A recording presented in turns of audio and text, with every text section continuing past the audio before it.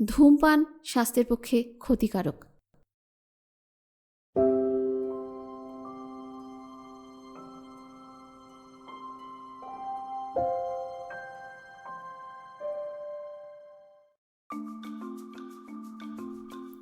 নমস্কার, বৃত্তের বাইরের গল্প পাঠের আসরে আমি আবার নিয়ে চলে এসেছি বিভূতিভূষণ বন্দ্যোপাধ্যায় রচিত আরণ্যক উপন্যাসের আজকের পর্ব। গল্প পাঠ, এডিটিং এবং কভার ডিজাইনিংয়ে প্রত্যেকবারের মতো আমি ঋতুপর্ণা। তবে গল্প শুরু করার আগে প্রত্যেকবার যে কথাটি বলে থাকি, অতি অবশ্যই আমার চ্যানেলটি লাইক, সাবস্ক্রাইব এবং শেয়ার করতে একেবারেই ভুলবেন না।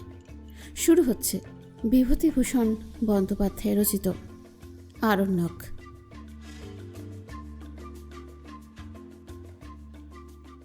প্রায় 3 মাস পরে নিজের মহালে ফিরব। সার্ভের কাজ এতদিনে শেষ হলো। 11 ক্রোশ রাস্তা। এই পথেই সেবার সেই পৌষ সংক্রান্তির মেলায় এসেছিলাম। সেই শালপলাশের বন, পাথরখণ্ড ছড়ানো মুক্ত প্রান্তর, উঁচু নিচু পাহাড়ের শ্রেণী। ঘণ্টা 2 চলে আসার পরে দূরে দিগ্বলয়ের কোলে একটি ধূসর রেখা দেখা গেল, মোহনপুরা রিজার্ভ ফরেস্ট। এই পরিচিত দিকজ্ঞাপক দৃশ্যটি আজ প্রায় 3 মাস দেখিনি। এতদিন ওখানে এসে আমাদের লবটুলিয়া ও নাড়াবইহাটের ওপর কেমন একটা টান জন্মে গেছে, যেন এদের ছেড়ে বেশি দিন কোথাও থাকলে অদ্ভুত একটা কষ্ট হয়। মনে হয় দেশ ছেড়ে বিদেশে আছি। আজ 3 মাস পরে মোহনপুরা রিজার্ভ ফরেস্টের সীমারেখা দেখে প্রবাসীর নিজের দেশে প্রত্যাবর্তনের আনন্দ অনুভব করলাম। যদিও এখনও লবটুলিয়ার সীমানা এখান থেকে প্রায় 7-8 মাইল দূরে হবে। ছোট একটা পাহাড়ের নিচে এক জায়গায় অনেকখানি জুড়ে জঙ্গল কেটে কুসুম ফুলের আবাদ করেছিল। এখন পাকবার সময়। কাটুনিজনেরা খেতে কাজ করছে। আমি ক্ষেতের পাশের রাস্তা দিয়ে যাচ্ছি, হঠাৎ ক্ষেতের দিক থেকে কি আমায় ডাকলো, বাবুজি, ও বাবুজি। তাকিয়ে দেখি 8 বছরের সেই মঞ্চি। অবাক হলাম, আবার আনন্দও পেলাম। ঘোড়া থামাতেই মঞ্চি হাসি মুখে কাস্তে হাতে ছুটে এসে ঘোড়ার পাশে দাঁড়ালো। বলল, আমি দূর থেকেই ঘোড়া দেখে মালুম করেছি। কোথায় গিয়েছিলেন বাবুজি? মঞ্চি ঠিক তেমনই আছে দেখতে, বরং আর একটু স্বাস্থ্যবতী হয়েছে। কুসুম ফুলের পাপড়ির গুঁড়ো লেগে তার হাতখানা এবং পরনের শাড়ির সামনের দিকটা রাঙা হয়ে আছে। বললাম, এই বহরাবুড়ো পাহাড়ের নিচে কাজ পড়েছিল, সেখানেই 3 মাস ছিলাম, সেখান থেকে ফিরছি। তোমরা এখানে কি করছো? কুসুম ফুল কাটছি বাবুজি, বেলা হয়ে গিয়েছে, এবেলা নামুন এখানে, ওই তো কাছেই খুপড়ি। আমার কোনো আপত্তি টিকল না। মঞ্চি কাজ ফেলে আমাকে তাদের খুপড়িতে নিয়ে চলল। মঞ্চির স্বামী নকছেদি ভকত আমার আসার সংবাদ শুনে ক্ষেত থেকে এলো। নকছেদি ভকতের প্রথম পক্ষের স্ত্রী খুপড়ির মধ্যে রান্নার কাজ করছিল। সেও আমাকে দেখে খুশি হলো। তবে মঞ্চি সকল কাজে অগ্রণী। সে আমার জন্য গমের খড় পেতে পুরু করে বসার আসন করে দিল। একটা ছোট বাটিতে মহুয়ার তেল এনে আমাকে স্নান করে আসতে বলল। চলুন, আমি সঙ্গে করে নিয়ে যাচ্ছি। ওই টোলার দক্ষিণে একটা ছোট্ট কুণ্ডি আছে, বেশ জল। বললাম, সে জলে আমি নাইব না মঞ্চি। টোলা শুদ্ধ লোক সেই জলে কাপড় কাছে মুখ ধুয়ে স্নান করে, বাসনও মাঝে। সে জল বড় খারাপ হবে। তোমরা কি এখানে সেই জলই খাচ্ছ নাকি? তাহলে আমি উঠি, ও জল আমি খাবো না। মঞ্চি ভাবনায় পড়ে গেল। বোঝা গেল এরাও সেই জল ছাড়া অন্য জল পাবেই বা কোথায় যে খাবে না? না খেয়েই বা উপায় কি? মঞ্চের বিষণ্ণ মুখ দেখে আমার ভীষণ কষ্ট হলো। এই দূষিত জল এরা মনের আনন্দে পান করে আসছে। কখনো ভাবেনি এ জলে আবার কি থাকতে পারে। আজ আমি যদি জলের অজুহাতে এদের আতিথ্য গ্রহণ না করে চলেও যাই, সরল প্রাণ মেয়েটি মনে বড় আঘাত পাবে। মঞ্চিকে বললাম, বেশ, ওই জল খুব করে ফুটিয়ে নাও, তবেই খাবো। স্নান করা থাকবে। মঞ্চি বলল, কেন বাবুজি, আমি আপনাকে 1 টিন জল ফুটিয়ে দিচ্ছি, তাতেই আপনি স্নান করুন, এখনও তেমন বেলা হয়নি। আমি জল নিয়ে আসছি, আপনি বসুন। মঞ্চে জল এনে রান্নার জোগাড় করে দিল। বলল, আমার হাতে তো খাবেন না বাউজি, আপনি নিজেই রাঁধুন তবে। কেন খাবো না? তুমি যা পারো তাই রাঁধো। তা হবেন না বাবুজি, আপনিই রাঁধুন। একদিনের জন্য আপনার জাত কেন মারব? আমার পাপ হবে। কিচ্ছু হবে না, আমি তোমাকে বলছি, ওতে কোনো দোষ নেই। অগত্যা মঞ্চি রাঁধতে বসল। রাঁধার আয়োজন বিশেষ কিছু নয়, খানকতক মোটা মোটা হাতে গড়া রুটি এবং বুনো ধুধুলের তরকারি। নখছেদে কোথা থেকে এক ভাঁড় মহিষের দুধ জোগাড় করে আনলো। রাঁধতে বসে মঞ্চি এতদিন কোথায় কোথায় ঘুরেছে সেসব গল্প করতে লাগলো। পাহাড়ের অঞ্চলে কলাই কাটতে গিয়ে একটা রাম ছাগলের বাচ্চা পুষেছিল, সেটা কি করে হারিয়ে গেল সেই গল্প আমাকে ঠায় বসে শুনতে হলো। আমায় বলল, বাউজি, কাকোয়ারা রাজের জমিদারিতে ওই যে গরম জলের কুণ্ড আছে না, জানেন? আপনি তো কাছাকাছি গিয়েছিলেন, সেখানে যাননি? কুণ্ডের কথা শুনেছি, কিন্তু সেখানে আমার যাওয়া হয়নি। মঞ্চি বলল, জানেন বাউজি, আমি সেখানে নাইতে গিয়ে মার খেয়েছিলাম, আমাকে নাইতে দেয়নি। মঞ্চির স্বামী বলল, হ্যাঁ, ও সে এক কাণ্ড বাউজি, ভারী বদমাইশ সেখানকার পাণ্ডার দল। ব্যাপার কি? মঞ্চি স্বামীকে বলল, তুমি বলো না বাবুজিকে, বাবুজি কলকাতায় থাকেন, উনি লিখে দেবেন। ওই বদমাইশ গুন্ডারা মজা টের পেয়ে যাবে। নকছেদি বলল, বাবুজি, ওর মধ্যে ওই সুরজকুণ্ড খুব ভালো জায়গা, যাত্রীরা সেখানে স্নান করে। আমরা আমলাতলির পাহাড়ের নিচে কলাই কাটছিলাম, পূর্ণিমার যোগ পড়ল কি না, মঞ্চি নাইতে গেল ক্ষেতের কাজ বন্ধ রেখে। আমার সেদিন জ্বর, আমি নাইব না। বড় বউ তুলসীও গেল না, ওর অত ধর্মের বাতিক নেই। মঞ্চি সুরজকুণ্ডে নামতে যাচ্ছে, পাণ্ডারা বলছে, ওই ওখানে কেন নামছিস? ও বলল, জলে নাইব। তারা বলল, তুই কি জাত? ও বলেছে, গঙ্গোতা। তখন তারা বলেছে, গঙ্গোতিনকে আমরা নাইতে দিন এ কুণ্ডের জলে, চলে যা। ও তো জানেন তেজি মেয়ে, ও বলেছে, এ তো পাহাড়ি ঝর্ণা, যে সে নাচতে পারে। ওই তো কত লোক নাইছে, ওরা কি সকলে ব্রাহ্মণ আর ক্ষত্রিয় আছে? বলে যেমন নামতে গিয়েছে দুজন ছুটে এসে ওকে টেনে হিঁচড়ে মারতে মারতে সেখান থেকে তাড়িয়ে দিল। ও কাঁদতে কাঁদতে ফিরে এলো বাউজি। ও, তারপর কি হলো? আর কি হবে বাবুজি, আমরা গরিব গঙ্গোতা কাটনি মজদুর, আমাদের ফরিয়াদ কে শুনবে? আমি বললাম, কাঁদিস না, তোকে আমি মঙ্গেরে সীতাকুণ্ডে নাইয়ে আনব। মঞ্চি বলল, বাবুজি, আপনি একটু লিখে দেবেন তো কথাটা, আপনাদের বাঙালি বাবুদের কলমের খুব জোর আছে, পাজিগুলো জব্দ হয়ে যাবে। উৎসাহের সঙ্গে বললাম, নিশ্চয়ই লিখব। তারপর মঞ্চি পরম যত্নে আমায় খাওয়ালো। বড় ভালো লাগলো তার আগ্রহ এবং সেবা। বিদায় নেওয়ার সময় তাকে বারবার বললাম, সামনের বৈশাখ মাসে জব গম কাটুনির সময় তারা যেন নিশ্চয়ই আমাদের লবটুলিয়া বৈহারে যায়। মঞ্চি বলল, ঠিক যাব বাবুজি, ও কি আপনাকে বলতে হবে? মঞ্চির আতিথ্য গ্রহণ করে চলে আসবার সময় মনে হলো আনন্দ, স্বাস্থ্য এবং সারল্যের প্রতিমূর্তি যেন সে। এই বনভূমির সে যেন বনলক্ষ্মী, পরিপূর্ণ যৌবনা, প্রাণময়ী, তেজস্বিনী, অথচ মুগ্ধা, অনভিজ্ঞা, বালিকার মতো স্বভাব। বাঙালি কলমের ওপর অসীম নির্ভরশীলা এই বন্য মেয়েটির কাছে সেদিন যে অঙ্গীকার করে এসেছিলাম, আজ তা পালন করলাম। জানি না এতে এতকাল পরে তার কী উপকার হবে।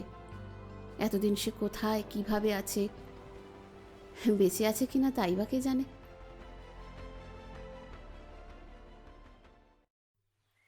শ্রাবণ মাস, নদীর মেঘে ঢল নেমেছে। অনেকদিন নাড়া ও লবটুলিয়া বৈহারে কিংবা গ্র্যান্ড সাহেবের বটতলায় দাঁড়িয়ে চারিদিকে তাকাও, শুধুই দেখো সবুজের সমুদ্রের মতো নবীন কচি কাশবন। একদিন রাজা দবরুপান্নার চিঠি পেয়ে শ্রাবণ পূর্ণিমায় তার ওখানে ঝুলন উৎসবে নিমন্ত্রণ রক্ষা করতে চললাম। রাজু ও মোটুকনাথও ছাড়ল না, আমার সঙ্গে তারাও চলল। হেঁটে যাবে বলেই ওরা রওনা হলো আমার আগেই। বেলা 1:30টার সময় ডোঙায় মিছি নদী পার হলাম। দলের সকলের পার হতে প্রায় 2:30 বেজে গেল। দলটিকে পিছনে ফেলে তখন ঘোড়া ছুটিয়ে দিলাম। ঘন মেঘ করে এসেছে পশ্চিমে। তারপরেই নামল ঝমঝম বর্ষা। কি অপূর্ব বর্ষার দৃশ্য দেখলাম সেই জঙ্গলের মধ্যে।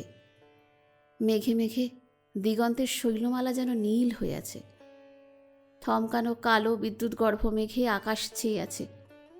কচ্ছিত পথের পাশে শাল কি কেঁদ শাখায় ময়ূর পেখম মেলে নৃত্যপরায়ণ। পাহাড়ি ঝর্নার জলে গ্রাম্য বালক বালিকা মহা উৎসাহে শালকাঠির এবং বুনো বাঁশের ঘুনি পেতে কুঁচো মাছ ধরছে। ধূসর শিলাখণ্ড ভিজে কালো দেখাচ্ছে। তার উপর বসে মহিষের রাখাল কাঁচা শালপাতায় লম্বা বিড়ি টানছে। শান্ত স্তব্ধ দেশ।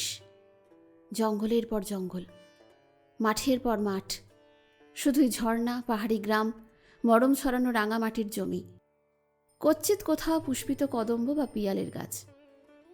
সন্ধ্যার আগে আমি রাজা দবরুপান্নার রাজধানীতে পৌঁছে গেলাম।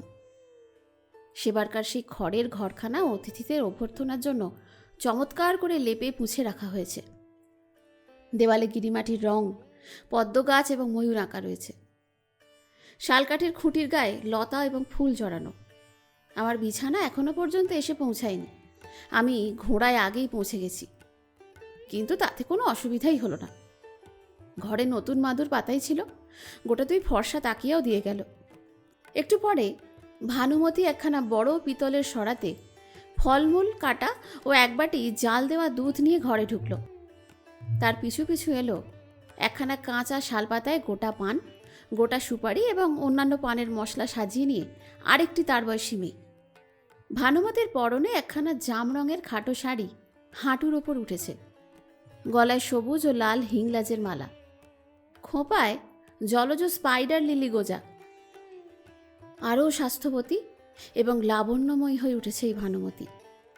নিটল দেহে যৌবনের উচ্ছ্বসিত লাবণ্যের বাণ ডেকেছে।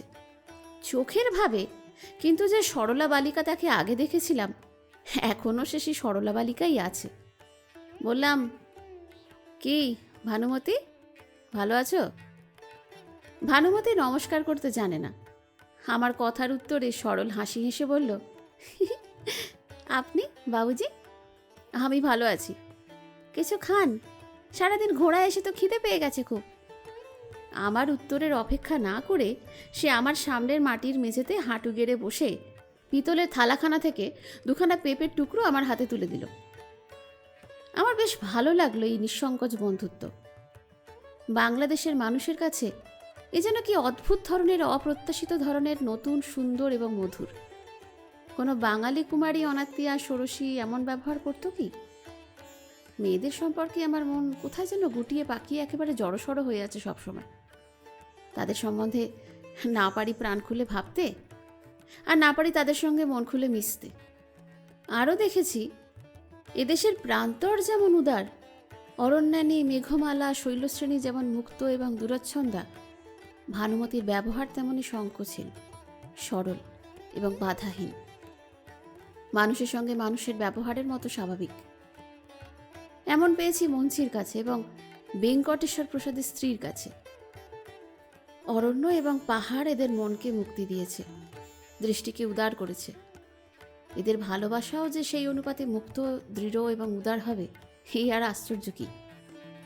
মন বড় বলে এদের ভালোবাসাও বড়। কিন্তু ভানুমতির কাছে বসে হাতে তুলে দিয়ে খাওয়ানোর তুলনা হয় না।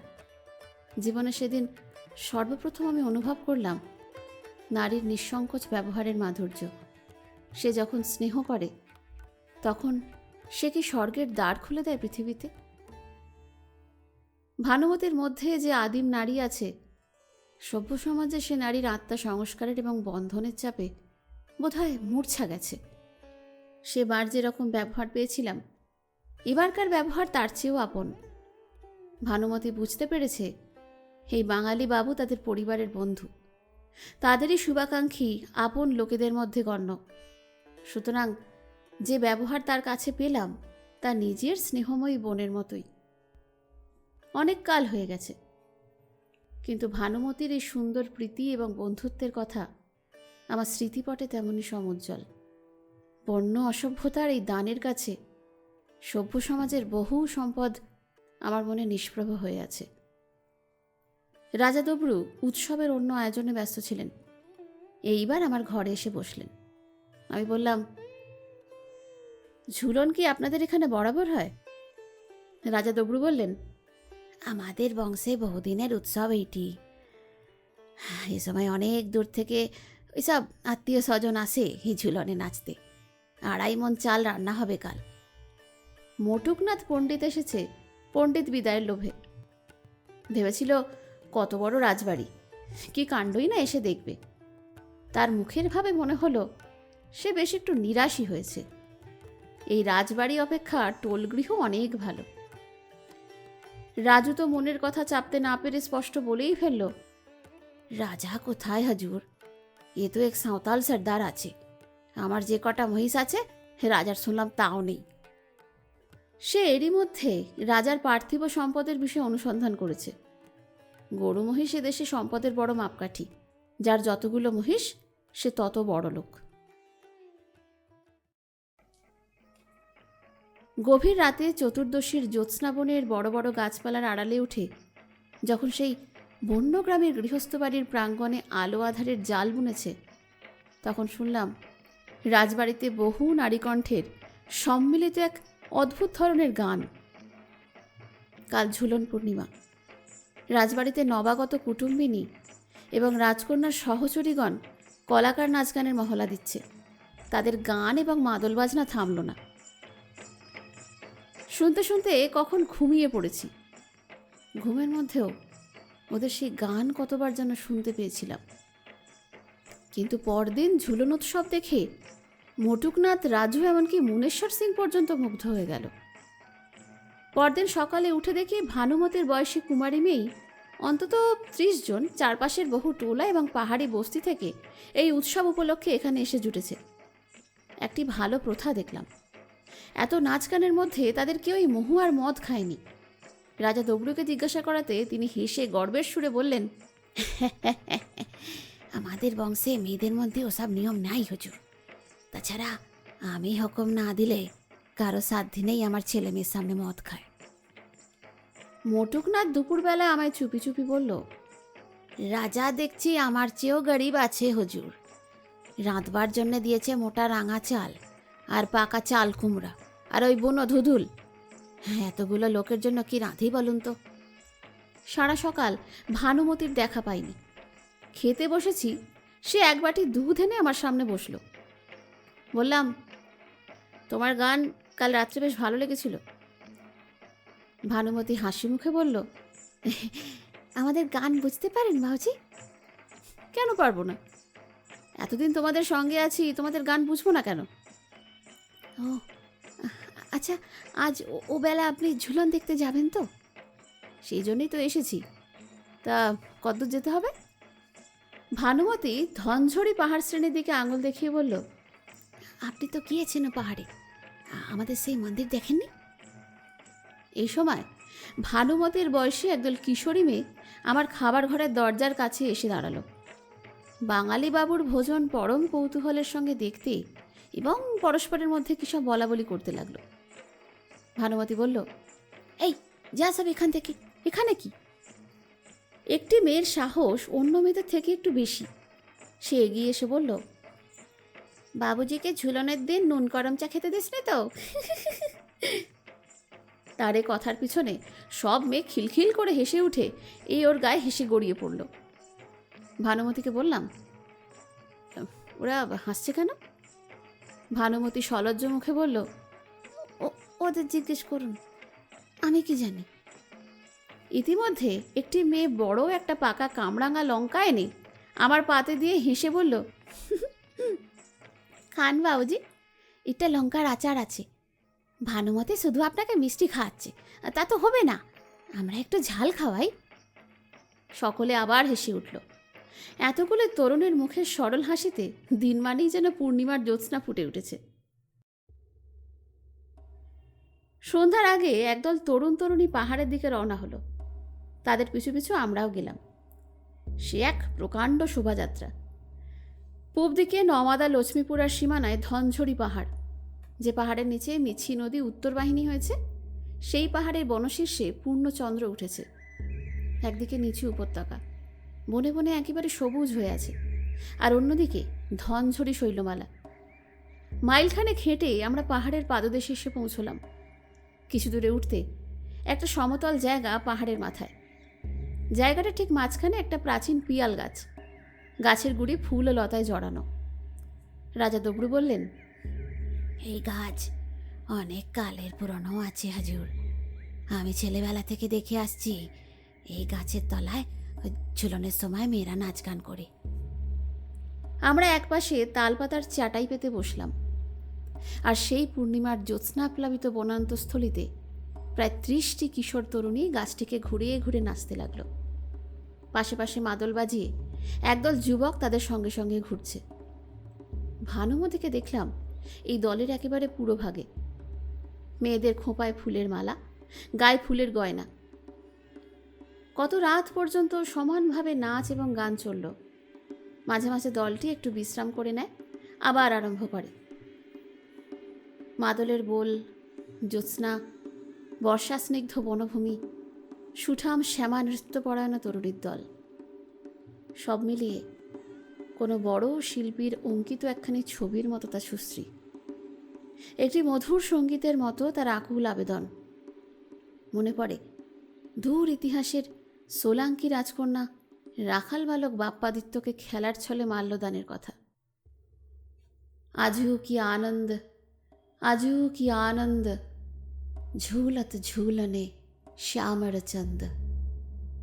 তার চেয়েও বহু দূরের অতীতে, প্রাচীন যুগের প্রস্তর যুগের ভারতে রহস্যাচ্ছন্ন ইতিহাসের সকল ঘটনা আমার সম্মুখে যেন অভিনীত হতে দেখলাম।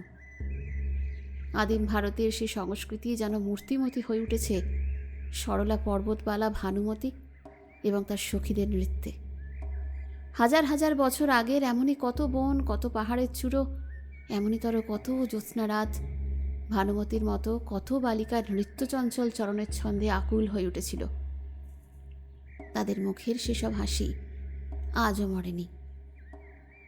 এসব গুপ্ত অরণ্য এবং শৈলমালার আড়ালে প্রচ্ছন্ন থেকে তারা তাদের বর্তমান বংশধরদের রক্তে আজও আনন্দ এবং উৎসাহের বাণী পাঠিয়ে দিচ্ছে। গভীর রাত, চাঁদ ঢলে পড়েছে পশ্চিম দিকে দূর বনের পিছনে। আমরা সবাই পাহাড় থেকে নেমে এলাম। সুখের বিষয়, আজ আকাশে মেঘ নেই, কিন্তু জোলো বাতাস শেষ রাতে অত্যন্ত শীতল হয়ে উঠেছে। অত রাতেও আমি খেতে বসলে ভানুমতি দুধ এবং পেঁড়া আনলো। বললাম, বড় চমৎকার নাচ দেখলাম তোমাদের। সে সলজ্জ হাসি মুখে বলল, আপনার কি আর ভালো লাগবে বাবুজি? আপনাদের কলকাতায় ওসব কি কেউ দেখে? পরদিন ভানুমতি এবং তার দাদু রাজা দবরু আমায় কিছুতেই আসতে দেবে না, অথচ আমার কাজ ফেলে থাকলেও চলে না। বাধ্য হয়ে চলে এলাম। আসার সময় ভানুমতি বলল, বাবুজি, কলকাতা থেকে আমার জন্য একখানা আয়না এনে দেবেন?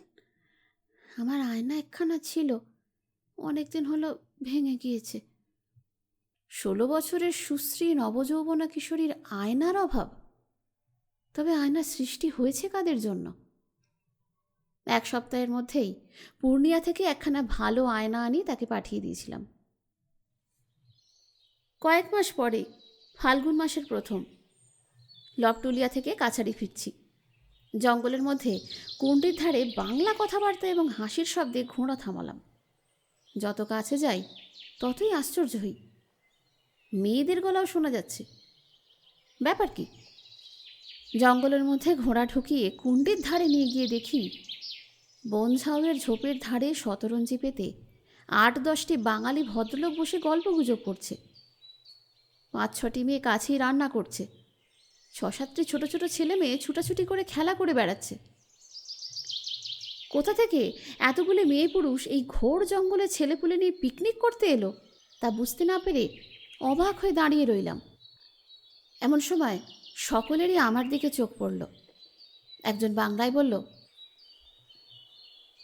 এ ছাতুটা আবার কোথা থেকে এসে জুটলো এই জঙ্গলে? আমড়েলু। আমি ঘোড়া থেকে নেমে তাদের কাছে যেতে যেতে বললাম, আপনারা বাঙালি দেখছি, এখানে কোথা থেকে এলেন? তারা খুব আশ্চর্য হলো, কিছুটা অপ্রতিভও হলো। বলল, ও ও ও মশাই বাঙালি? কিছু মনে করবেন না, আমরা ভেবেছি, মানে। বললাম, না না, মনে করার কি আছে। তা আপনারা কোথা থেকে আসছেন? বিশেষত মেয়েদের নিয়ে। আলাপ জমে গেল। এই দলের মধ্যে প্রৌঢ় ভদ্রলোকটি একজন রিটায়ার্ড ডেপুটি ম্যাজিস্ট্রেট রায় বাহাদুর। তার ছেলে, ভাইপো, ভাইজি, মেয়ে, নাতনি, জামাই, জামাইয়ের বন্ধু ইত্যাদি। রায়বাহাদুর কলকাতায় থাকতে একখানি বই পড়ে জানতে পারেন পূর্ণিয়া জেলায় খুব শিকার মেলে। তাই শিকার করার কোনো সুবিধে হয় কিনা তা দেখার জন্য পূর্ণিয়ায় তার ভাই মুনসেফ সেখানেই এসেছিলেন। আজ সকালে সেখান থেকে ট্রেনে চেপে বেলা 10টার সময় কাটারিয়া পৌঁছেছেন। সেখান থেকে নৌকা করে কুশি নদী বেয়ে এখানে পিকনিক করতে এসেছেন। কারণ সকলের মুখেই নাকি শুনেছেন লবটুলিয়া, বোমাইবুড়ু ও ফুলকিয়া বৈহারের জঙ্গল না দেখে গেলে জঙ্গল দেখাই হলো না। পিকনিক সেরেই 4 মাইল হেঁটে মোহনপুরা জঙ্গলের নিচে কুশি নদী থেকে নৌকা ধরবেন, ধরে আজ রাত্রেই কাটারিয়া ফিরে যাবেন। আমি সত্যি অবাক হয়ে গেলাম। সম্বলের মধ্যে দেখলাম এদের সঙ্গে আছে একটা দোনলা শটগান। এর ভরসা করে এই ভীষণ জঙ্গলে এরা ছেলে মেয়ে নিয়ে পিকনিক করতে এসেছে। অবশ্য সাহস আছে তা অস্বীকার করব না, কিন্তু অভিজ্ঞ রায়বাহাদুরের আর একটু সাবধান হওয়া উচিত ছিল। মোহনপুরার জঙ্গলের কাছ দিয়ে এদেশের জঙ্গলি লোকেই সন্ধ্যার আগে যেতে সাহস করে না বুনো মহিষের ভয়। বাঘ বার হওয়াও আশ্চর্য নয়, বুনো শুয়োর আর সাপের তো কথাই নেই। ছেলে মেয়ে নিয়ে পিকনিক করতে আসার আর জায়গা পেল না। রায়বাহাদুর আমাকে কিছুতেই ছাড়বেন না। বসতে হবে, চাও খেতে হবে। আমি এ জঙ্গলে কি করি, কি বৃত্তান্ত? আমি কি কাঠের ব্যবসা করি? নিজের ইতিহাস বলার পরে তাদেরকে সবশুদ্ধ কাছারিতে রাত্রি যাপন করতে অনুরোধ করলাম, কিন্তু তারা রাজি হলেন না। রাত্রি 10টার ট্রেনে কাটারিয়াতে উঠে পূর্ণিয়া আজ রাত্রেই 12টায় পৌঁছতে হবে। না ফিরলে বাড়িতে সকলে চিন্তা করবে, কাজেই থাকতে অপারগ ইত্যাদি। জঙ্গলের মধ্যে এরা এত দূরে কেন পিকনিক করতে এসেছে তা বুঝলাম না। লবটুলিয়া বৈহারের উন্মুক্ত প্রান্তর এবং বনানী এবং দূরের পাহাড়রাজির শোভা, সূর্যাস্তের রং, পাখির ডাক, 10 হাত দূরে বনের মধ্যে ঝোপের মাথায় মাথায় এই বসন্তকালেও কত চমৎকার ফুল ফুটে রয়েছে, এসবের দিকে এদের নজরই নেই দেখলাম। এরা কেবল চিৎকার করছে, গান গাইছে, ছোটাছুটি করছে, খাওয়ার তরিবত কিসে হয় সে ব্যবস্থা করছে। মেয়েদের মধ্যে 2টি কলিকাতার কলেজে পড়ে আর বাকি 2-3টি স্কুলে। ছেলেগুলির মধ্যে একজন মেডিকেল কলেজের ছাত্র, বাকিগুলোই বিভিন্ন স্কুল কলেজে পড়ে। কিন্তু প্রকৃতির এই অত্যাশ্চর্য সৌন্দর্যময় রাজ্যে দৈবাত যদি এসেই পড়েছে, দেখার চোখ এদের আদৌ নেই। প্রকৃতপক্ষে এরা এসেছিল শিকার করতে। খরগোশ, পাখি, হরিণ। পথের ধারে এরা যেন এদের বন্দুকের গুলি খাবার অপেক্ষায় বসে আছে। যে মেয়েগুলো এসেছে, এমন কল্পনার লেশ পরিশূন্য মেয়ে যদি কখনো দেখেছি। তারা ছোটাছুটি করছে, বনের ধার থেকে রান্নার জন্য কাঠ কুড়িয়ে আনছে, মুখে বকুনের বিরাম নেই। কিন্তু একবার কেউ চারিধারে তাকিয়ে দেখল না যে কোথায় বসে তারা খিচুড়ি নাচছে, কোন নিবিড় সৌন্দর্য ভরা বনানী প্রান্তে। একটি মেয়ে বলল, এই টিন কাটার ঠোকার বড্ড সুবিধে এখানে না, কত পাথরের নুড়ি। আরেকটি মেয়ে বলল, উহ কি ভালো জায়গা আমার, ভালো চাল কোথাও পাওয়ার জো নেই। কাল সারা টাউন খুঁজে বেরিয়েছি, কি বিচ্ছিরি মোটা চাল, তোমরা আবার বলছিলে পোলাও হবে। এরা কি জানে যেখানে বসে তারা রান্না করছে তার 10-20 হাতের মধ্যে রাত্রের জ্যোৎস্নায় পরীরা খেলা করে বেড়ায়? এরা সিনেমার গল্প শুরু করেছে। পূর্ণিয়ায় কালো রাতে তারা সিনেমা দেখেছে, তা নাকি যৎপরণ আসতে বাজে, এইসব গল্প। সঙ্গে সঙ্গে কলকাতার সিনেমার সঙ্গে তার তুলনাও করছে।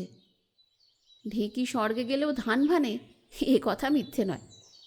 বিকেল 5টার সময় এরা চলে গেল। যাওয়ার সময় কতগুলো খালি জমাট দুধের এবং জ্যামের টিন ফেলে রেখে গেল।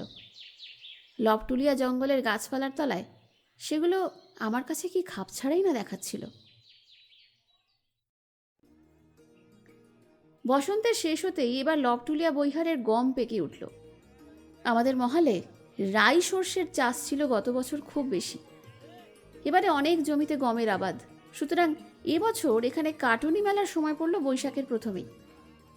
কাটুনি মজুরদের মাথায় যেন টনক আছে। তাদের দল এবার শীতের শেষে আসেনি। এ সময় দলে দলে এসে জঙ্গলের ধারে মাঠের মধ্যে সর্বত্র খুপড়ি বেঁধে বাস করতে শুরু করে।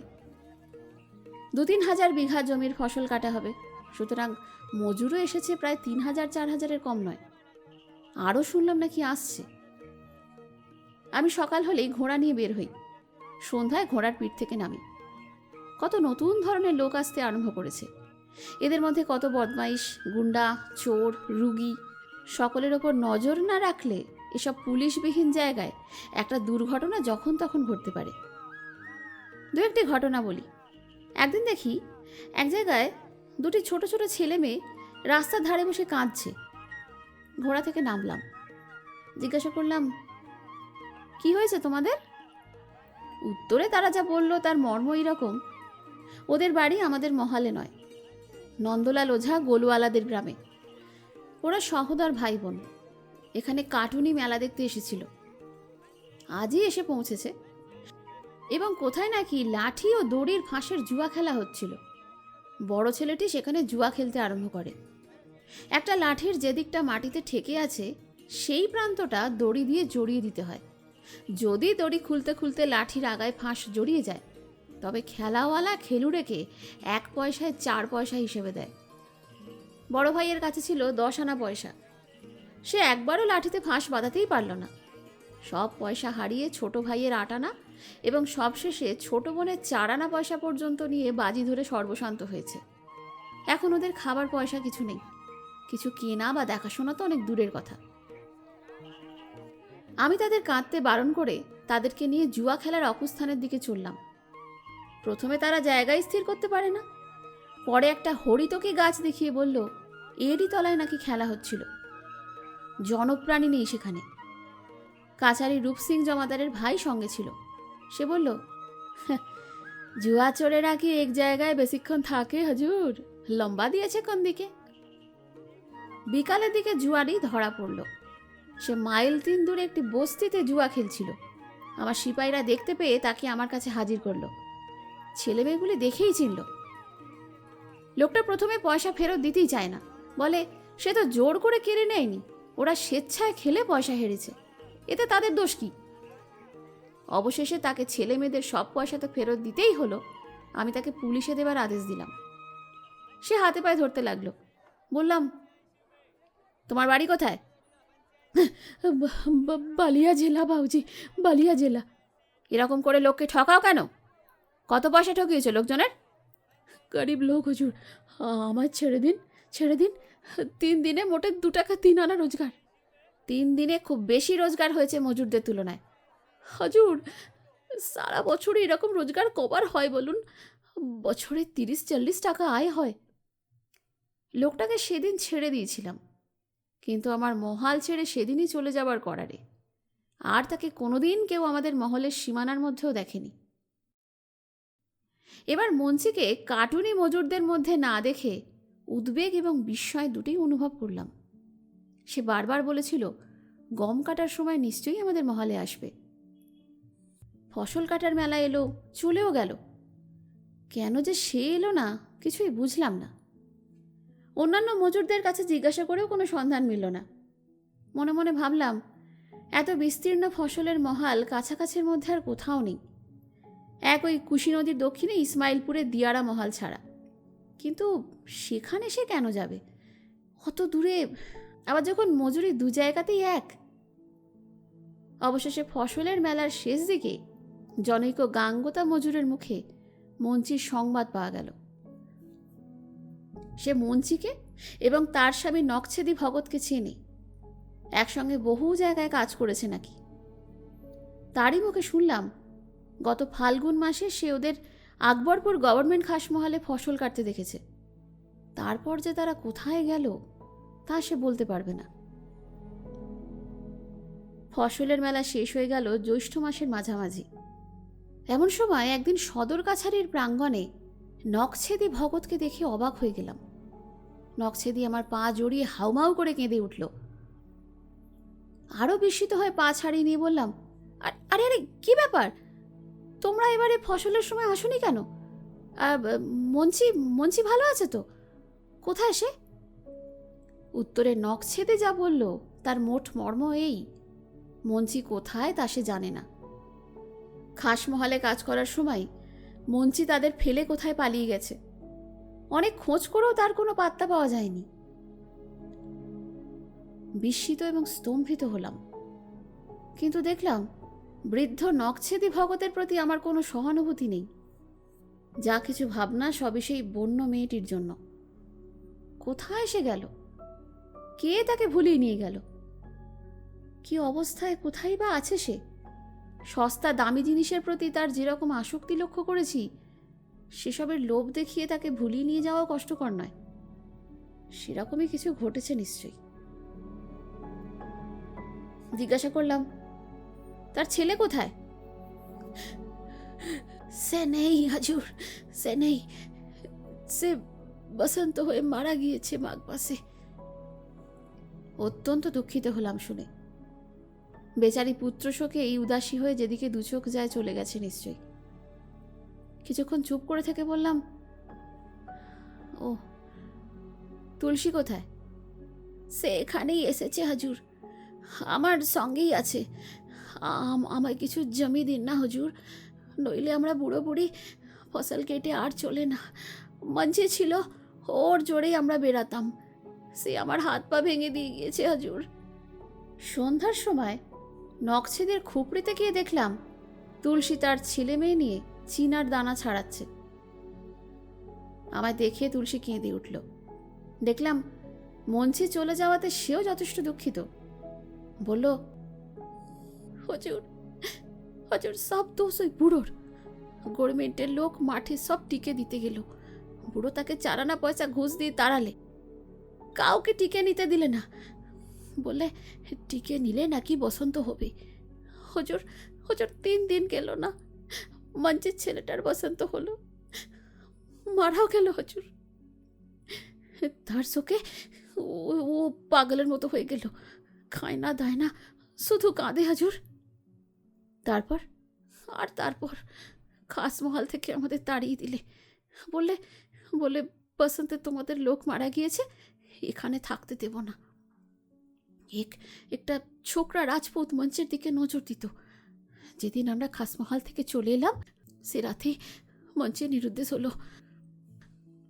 আমি আমি ওই দিন সকালে ওই ছোকরাকে খুপড়ির কাছে ঘুরতে দেখেছি। এ কাজ তার হুজুর। এই মঞ্চির বড় কলকাতা দেখবো করতো, তখনই জানি একটা কিছু ঘটবে। আমারও মনে পড়ল মঞ্চি 8 বছর কলকাতা দেখার জন্য যথেষ্ট আগ্রহ দেখিয়েছিল বটে। আশ্চর্য নয়, ধূর্ত রাজপুত যুবক সরলা বন্য মেয়েটিকে কলকাতা দেখাবার লোভ দেখিয়ে ভুলিয়ে নিয়ে যেতেই পারে। আমি জানি এই অবস্থায় এদেশের মেয়েদের শেষ পরিণতি হয় আসামের চা বাগানে কুলিগিরিতে। মঞ্চির অদৃষ্টে কি শেষকালে নির্বান্ধব আসামের পার্বত্য অঞ্চলে দাসত্ব এবং নির্বাসন লেখা আছে? বৃদ্ধ নখছেদির ওপর আমার খুব রাগ হলো। এই লোকটাই যত নষ্টের মূল। বুড়ো বয়সে মঞ্চিকে বিয়ে করতে গিয়েছিল কেন? আর দ্বিতীয়, গভর্নমেন্টের ঠিকাদারকে ঘুষ দিয়ে বিদায় বা করলো কেন? যদি ওকে জমি দিই সেটা ওর জন্য নয়, ওর প্রৌঢ়া স্ত্রী তুলসী এবং ওই ছেলে মেয়ের মুখের দিকে তাকিয়েই দেব। দিলামও তাই। নাড়াবৈহারে তাড়াতাড়ি প্রজা বসাতে হবে, সদর অফিসের হুকুম এসেছে। প্রথম প্রজা বসালাম ওই নখছেদিকে।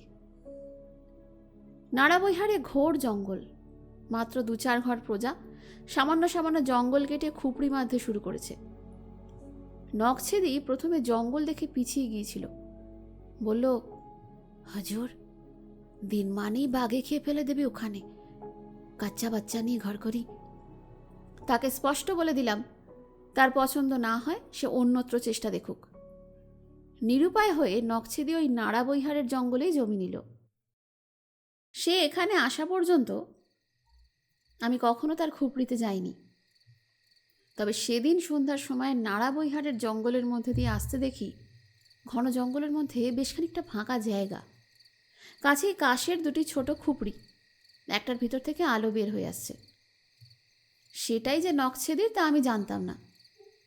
ঘোড়ার পায়ের শব্দ শুনে যে প্রৌঢ়া স্ত্রীলোক খুপড়ির বাইরে এসে দাঁড়ালো, দেখলাম সে তুলসী। তোমরা এখানে জমি নিয়েছ? নকছেদি কোথায়?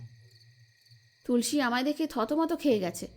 ব্যস্ত সমস্ত হয়ে সে গমের ভুসি ভরা একটা চটের গদি পেতে দিয়ে বলল, নামুন বাবুজি, নামুন, বসুন না, একটু বসুন। ও গিয়েছে লাপটুলিয়া, ওই তেল নুন কিনে আনতে দোকানে গেছে, বড় ছেলেকে সঙ্গে নিয়ে গেছে। তুমি একা এই ঘন বনের মধ্যে বসে আছো? ও সব সয়ে গিয়েছে বাবুজি। ভয় ডর করলে কি আমাদের গরিবদের চলবে বলুন? একা তো থাকতে হতো না, কিন্তু অদৃষ্ট খারাপ। মানছি যতদিন ছিল জলে জঙ্গলে কোথাও ভয় ছিল না। কি সাহস, কি তেজ ছিল তার বাবুজি। তুলসী তার তরুণী সতীনকে ভালোবাসত। তুলসী এও জানে এই বাঙালি বাবু মঞ্চির কথা শুনতে পেলে খুশি হয়। তুলসীর মেয়ে সুরতিয়া বলল, বাবুজি, একটা নীলগাইয়ের বাচ্চা ধরে রেখেছি, দেখবেন? সেদিন আমাদের খুপড়ির পিছনে জঙ্গলে এসে বিকালবেলা খাসখাস করছিল, আমি আর ছানিয়া গিয়ে ধরে ফেলেছি। বড় ভালো বাচ্চা। কি খায়? সুরতিয়া বলল, শুধু চিনাদানার ভুসি আর গাছের কচি পাতা। আমি কচি কেঁত পাতা তুলে এনে দিই। তুলসী বলল, ওই দেখা না বাবুজিকে। সুরতিয়া তাড়াতাড়ি হরিণের মতো ছুটে খুপড়ির পিছন দিকে অদৃশ্য হলো। একটু পরে তার বালিকা কণ্ঠে চিৎকার শোনা গেল, আরে আরে নীলগাইয়া তো ভাগলুয়া হই রে চানিয়া, ইধার ইধার ইধার, জলদি জলদি। দুই বোনে হুটাপুটি করে নীলগাইয়ের বাচ্চা পাকড়াও করে ফেললো এবং হাঁপাতে হাঁপাতে হাসি মুখে আমার সামনে এনে হাজির করলো। অন্ধকারে আমার দেখার সুবিধার জন্য তুলসী একখানা জ্বলন্ত কাঠ উঁচু করে ধরল। সুরতিয়া বলল, কেমন, ভালো না বাবুজি? একে খাবার জন্য কাল রাত্রে ভাল্লুক এসেছিল। এই মহুয়া গাছে কাল ভাল্লুক উঠেছিল মহুয়া ফুল খেতে। তখন অনেক রাত, বাপ মা ঘুমোয়, আমি সব টের পাই। তারপরে আমাদের গাছ থেকে আমাদের খুপড়ির পেছনে এসে দাঁড়ালো। আমি একা বুকের মধ্যে জড়িয়ে নিয়ে শুই রাতে। ভালুকের পায়ে শব্দ পেয়ে ওর মুখ হাত দিয়ে জোর করে চেপে আরও জড়িয়ে ধরে শুয়ে রইলাম। হ্যাঁ রে সুরতিয়া, তোর ভয় করলো না? ইস, ভয় বই কি, ভয় আমি করিনি। কাঠ খুঁড়তে গিয়ে জঙ্গলে কত ভালুক ঝোড় দেখি, তাতেও ভয় করিনি। ভয় করলে চলে বাবুজি? সুরতিয়া বিজ্ঞের মতো মুখখানা করল। বড় বড় কলের চিমনির মতো লম্বা কালো কেদ গাছের গুঁড়ি ঠেলে আকাশে উঠেছে খুপড়ির চারধারে, যেন ক্যালিফোর্নিয়ার রেডউড গাছের জঙ্গল। বাদুর এবং নিশাচর কাক পাখির ডানা ঝটপটি ডালে ডালে। ঝোপে ঝোপে অন্ধকার জোনাকির ঝাঁক জ্বলছে। খুপড়ির পিছনের বনেই শিয়াল ডাকছে। এই কটি ছোট ছোট ছেলেমেয়ে নিয়ে এদের মা যে কেমন করে এই নির্জন বনে প্রান্তরে পড়ে থাকে তা বুঝে ওঠা কঠিন। হে বিজ্ঞ রহস্যময় অরণ্য, আশ্রিতজনের প্রতি তোমার সত্যিই বড় কৃপা। কথায় কথায় বললাম, আচ্ছা, মঞ্চি নিজের জিনিস সব নিয়ে গিয়েছে? সুরতিয়া বলল, ছোট মা কোনো জিনিস নিয়ে যায়নি বাবুজি। ওর যে বাক্সকটা সেবার দেখেছিলেন ওটা ফেলে রেখে গিয়েছে, দেখবেন আনছি। বাক্সটা এনে সে আমার সামনে খুলল। চিরুনি, ছোট আয়না, পুঁতির মালা, একখানা সবুজ রঙের খেলো রুমাল, ঠিক যেন ছোট খুকির পুতুল খেলার বাক্স। সেই হিংলাজের মালা ছড়াটা কিন্তু নেই, সেবার ওই লফটুলিয়া খামারের মেলায় যেটা কিনেছিল। কোথায় চলে গেল নিজের ঘর সংসার ছেড়ে কে বলবে। এরা তো জমি নিয়ে এতদিন পরে গৃহস্থালী পেতে রীতিমতো বসবাস শুরু করেছে। এদের মধ্যে একমাত্র সেই ভবঘুরেকে ভবঘুরেই রয়ে গেল। ঘোড়ায় ওঠার সময় সুরতিয়া বলল, আরেকদিন আসবেন বাবুজি, আমরা পাখি ধরি ফাঁদ পেতে। নতুন ফাঁদ বুনেছি, একটা ডাহক আর একটা গুড়গুড়ি পাখি পুষেছি। এরা ডাকলে না বনের পাখি এসে ফাঁদে পড়ে। আজ আর বেলা নেই, নইলে দেখাতাম। নাড়াবৈহারের বনপ্রান্তরের পথে এত রাত্রে আসতে বেশ ভয় ভয় করে। বায়ে ছোট্ট একটি পাহাড়ি ঝর্ণার জলস্রোত কুলকুল করে বইছে। কোথায় কি বনের ফুল ফুটেছে কে জানে। গন্ধে ভরা অন্ধকার, এক এক জায়গায় এত নিবিড় যে ঘোড়ার ঘাড়ের লোম পর্যন্ত দেখা যায় না। আবার কোথাও তারার আলোয় একদম পাতলা হয়ে আছে। নাড়াবৈহার নানা প্রকার গাছপালা, বন্যজন্তু এবং পাখিদের আশ্রয়স্থান। প্রকৃতি এই বনভূমি এবং প্রান্তরকে অজস্র সম্পদে সাজিয়েছে। সরস্বতী কুণ্ডে এই নাড়াবৈহারেরই উত্তর সীমায় প্রাচীন জরিপের থাক নকশায় দেখা যায় সেখানে কুশি নদীর প্রাচীন খাত ছিল। এখন মজে মাত্র এই জলটুকু অবশিষ্ট আছে। অন্যদিকে সেই প্রাচীন খাতই ঘন অরণ্যে পরিণত। কি অবর্ণনীয় শোভা দেখলাম এই বনভূমির সেই নিস্তব্ধ অন্ধকার রাতে। কিন্তু মন খারাপ হয়ে গেল যখন বেশ বুঝলাম নাড়াবৈহারের এই বন আর বেশি দিন নয়। এত ভালোবাসি একে, অথচ আমার হাতে এ নষ্ট হলো। 2 বছরের মধ্যেই যেন সমস্ত মহালটা প্রজাবিলি হয়ে কুশ্রী টোলা এবং নোংরা বস্তিতে ছেয়ে ফেলল। প্রকৃতির নিজের হাতে সাজানো তার শত শত বছরের সাধনার ফলই নাড়াবৈহার। এর অতুলনীয় বন্য সৌন্দর্য এবং বহুদূর ছড়িয়ে থাকা প্রান্তর নিয়ে বিমালুম অদৃশ্য হয়ে যাবে। অথচ কি পাওয়া যাবে তার বদলে? কতগুলো খোলার চালের বিশ্রী ঘর, গোয়াল, মকাই জনারের ক্ষেত, শনের গাদা, দড়ির চারপাই, হনুমানজির ধ্বজা, ফণিমনসার গাছ, যথেষ্ট দোক্তা, যথেষ্ট খৈনি, যথেষ্ট কলেরা এবং বসন্তের মড়ক। হে অরণ্য, হে সুপ্রাচীন, আমাকে ক্ষমা করো।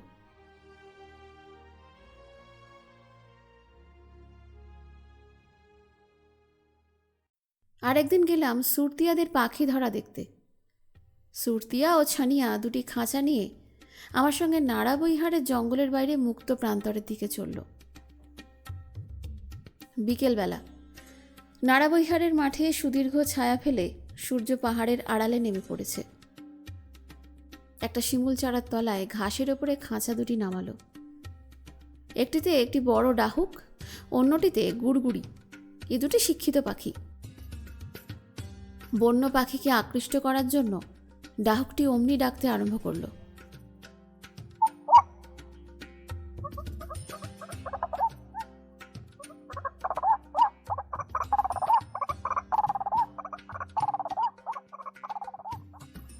বিস্তীর্ণ মাঠে নির্জনতার মধ্যে সেই অদ্ভুত সুর শুধুই মনে এনে দেয় এক দিগন্ত বিস্তীর্ণতার ছবি। এমনই মুক্ত দিকচক্রবালের স্বপ্ন, ছায়াহীন জ্যোৎস্নালোক।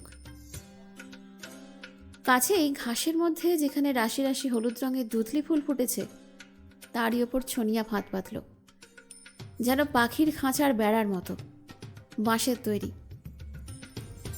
সেই বেড়া কখানা দিয়ে গুড়গুড়ি পাখির খাঁচাটা ঢেকে রেখে দিল।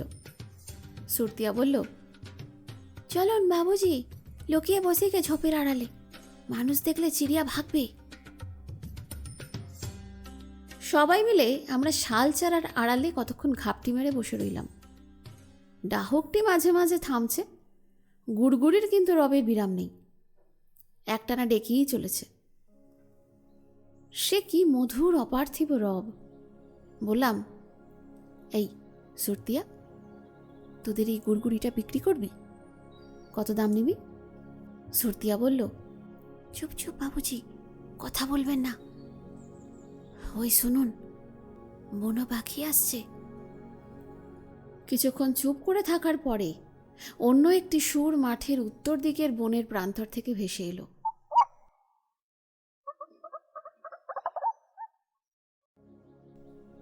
আমার শরীর শিউরে উঠল। বনের পাখি খাঁচার পাখির সুরে সাড়া দিয়েছে। ক্রমে সে সুর খাঁচার নিকটবর্তী হতে লাগলো। কিছুক্ষণ ধরে দুইটি পাখির রব পাশাপাশি শোনা যাচ্ছিল। ক্রমে দুটি সুর যেন মিশে এক হয়ে গেল। হঠাৎ আবার একটা সুর। একটা পাখি ডাকছে, খাঁচার পাখিটা। ছনিয়া ও সুরতিয়া ছুটে গেল। ফাঁদে পাখি পড়েছে, আমিও ছুটে গেলাম। ফাঁদে পা বেঁধে পাখিটা ঝটপট করছে। ফাঁদে পড়ার সঙ্গে সঙ্গে তার ডাক বন্ধ হয়ে গেছে। কি আশ্চর্য কাণ্ড! চোখকে যেন বিশ্বাস করাও শক্ত। সুরতিয়া পাখিটা হাতে তুলে দেখালো। দেখুন বাবুজি, কেমন ফাঁদে পা আটকেছে, দেখলেন? সুরতিয়াকে বললাম, পাখি তোরা কি করিস? বাবা 83 রতনগঞ্জের হাটে বিক্রি করে আসে। এক একটা ঘুরঘুরি 2 পয়সা, আর একটা ডাহুক 7 পয়সা। আমাকে বিক্রি কর না, দাম দেব। সুরতিয়া গুড়গুড়িটা আমায় এমনিই দিয়ে দিল। কিছুতেই তাকে পয়সা আর দেওয়াতে পারলাম না। আশ্বিন মাস। এই সময় একদিন সকালে পত্র পেলাম রাজা দবরুপান্না মারা গিয়েছেন এবং রাজপরিবার খুবই বিপন্ন। আমি সময় পেলে যেন যাই। পত্র দিয়েছে জগরুপান্না, ভানুমতির দাদা। তখনই রওনা হয়ে সন্ধ্যার কিছু আগে চকমকিটোলা পৌঁছে গেলাম। রাজার বড় ছেলে এবং নাতি আমাকে এগিয়ে নিয়ে গেল। শুনলাম রাজা দবরু গরু চড়াতে চড়াতে হঠাৎ পড়ে গিয়ে হাঁটুতে আঘাত পান। শেষ পর্যন্ত সেই হাঁটুর আঘাতেই তার মৃত্যু হয়। রাজার মৃত্যু সংবাদ পাওয়া মাত্র মহাজন এসে গরু মহিষ বেঁধে রেখেছে। টাকা না পেলে সে গরু মহিষ ছাড়বে না। এদিকে বিপদের ওপর বিপদ, নতুন রাজার অভিষেক উৎসব আগামীকাল সম্পন্ন হবে, তাতেও কিছু খরচ আছে। কিন্তু সে টাকা কোথায়? তাছাড়া গরু মহিষ মহাজনে যদি নিয়ে যায় তবে রাজপরিবারের অবস্থা খুবই হীন হয়ে পড়বে। এই দুধের ঘি বিক্রয় করে রাজার সংসারের অর্ধেক খরচ চলত। এখন তাদের না খেয়ে মরতে হবে। শুনে আমি মহাজনকে ডেকে পাঠালাম। তার নাম বীরবল সিং। আমার কোনো কথাই সে দেখলাম শুনতে প্রস্তুত নয়। টাকা না পেলে সে কিছুতেই গরু মহিষ ছাড়বে না। লোকটা ভালো নয় দেখলাম। ভানুমতি এসে কাঁদতে লাগলো। সে তার জ্যাঠামশাই অর্থাৎ প্রপিতামহকে বড়ই ভালোবাসত। জ্যাঠামশাই থাকতে তারা যেন পাহাড়ের আড়ালে ছিল। যেমনই তিনি চোখ বুজেছেন, যেমনই তিনি চোখ বুজেছেন, আর অমনি এসব গোলমাল। এসব কথা বলতে বলতে ভানুমতির চোখের জল কিছুতেই থামে না। বলল, চলুন না বাবুজি, চলুন না আমার সঙ্গে। জ্যাঠামশাইয়ের গোড় আপনাকে দেখিয়ে আনি পাহাড়ের উপর থেকে। আমার কিছু ভালো লাগছে না বাবুজি, কেবল ইচ্ছে হচ্ছে ওর ওর কবরের পাশে বসে থাকি। বললাম, আরে দাঁড়ো দাঁড়ো, মহাজনের একটা কি ব্যবস্থা করা যায় দেখি, তারপর যাব। কিন্তু মহাজনের কোনো ব্যবস্থা করা আপাতত সম্ভব হলো না। দুর্দান্ত রাজপুত মহাজন কারোর অনুরোধ উপরোধ শোনার পাত্র নয়। তবে সামান্য একটু খাতির করে আপাতত গরু মহিষগুলো এখানেই বেঁধে রাখতে সম্মত হলো মাত্র। তবে দুধ এক ফোঁটাও নিতে দেবে না। মাস 2 পরে এ দেনা শোধ হওয়ার উপায় হয়েছিল, সে কথা এখন নয়। ভানুমতি দেখি একা ওদের বাড়ির সামনে দাঁড়িয়ে আছে। বলল, বিকেল হয়ে গেছে, এরপর আর যাওয়া যাবে না, চলুন কবর দেখতে। ভানুমতি একা যে আমার সঙ্গে পাহাড়ে চলল তাতে বুঝলাম সরলা পর্বতবালা এখন আমাকে তার পরিবারের ঘনিষ্ঠ বন্ধু ও পরমাত্মীয় মনে করে। এই পাহাড়ি বালিকার সরল ব্যবহার এবং বন্ধুত্ব আমাকে বড় মুগ্ধ করেছে। বিকালের ছায়া নেমেছে সেই বড় উপত্যকায়। ভানুমতি বড় তড়বড় করে চলে, একেবারে ত্রস্তা হরিণীর মতো। বললাম, শোনো ভানুমতি, একটু আস্তে চলো। আচ্ছা আচ্ছা, এখানে শিউলি ফুলের গাছ কোথায় আছে? ভানুমতিদের দেশে শিউলি ফুলের নাম সম্পূর্ণ আলাদা। ঠিকমতো তাকে বোঝাতেই পারলাম না। পাহাড়ের ওপরে উঠতে উঠতে অনেক দূর পর্যন্ত দেখা যাচ্ছিল নীল ধনঝরি শৈলমালা ভানুমতির দেশকে, রাজ্যহীন রাজা দবরুপান্নার রাজ্যকে মেঘলার আকারে ঘিরে আছে। বহুদূর থেকে হু হু খোলা হাওয়া বয়ে আসছে।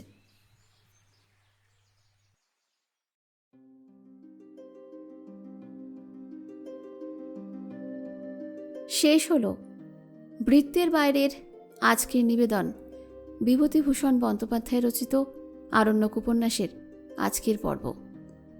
আরণ্যক উপন্যাস এবার শেষের পথে পা বাড়িয়েছে।